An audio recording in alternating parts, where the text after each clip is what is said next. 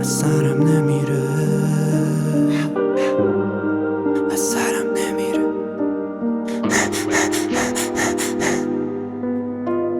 از سرم خاطرت نمیره ولی تو خاطرت جمع. نگاه تو یاد من نمیره، همیشه همه جا عاشقتم. با اینکه مال من نمیشه نمیخوام که بشه باور من. اون رفته و دیگه وسط قلبش نمونده جا برا من. میکردی سر هر چیزی بام لجه، بی خودی سر هر چیزی بام بس. نمونده حد و مرزی دیگه بینمون، رفتی و خاطره شدی آخر. از سرم خاطرت نمیره، نه دیگه باورم نمیشه که بشی مال یکی دیگه. باور کنم دلت عاشقم نمیشه. از سرم نمیره اون همه خاطره، از سرم نمیره همیشه بودم عاشقت. از سرم نمیره اون چشای ناز تو، از سرم نمیره ساخته بودی با من کل راه تو. میکردی هی بام لستو، میدادی هی ارسمو، میدونستم آخرش میزنی بد قیدمو. هنوزم تو سرمی، بهت میگفتم دلیل بودنمی ولی دستامو ول کردی و دروغ میگفتی که مال همی.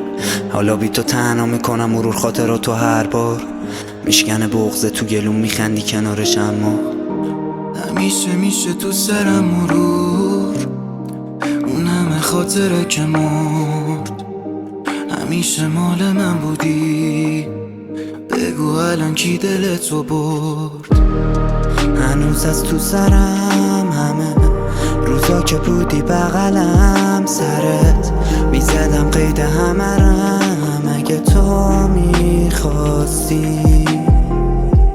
هنو عطرت رو تنم هست هنوز، به یاد تو هم هر نفس من هنوز تو گوشیم چند تا عکس ازت هست که چشامو بکنم پر از اشکنو.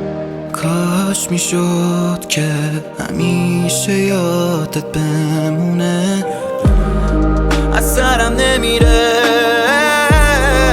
اون همه خاطره، از سرم نمیره همیشه بودم عاشقت.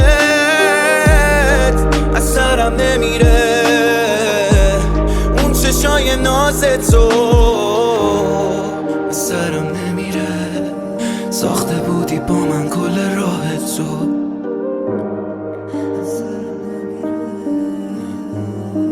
از سرم نمیره، نه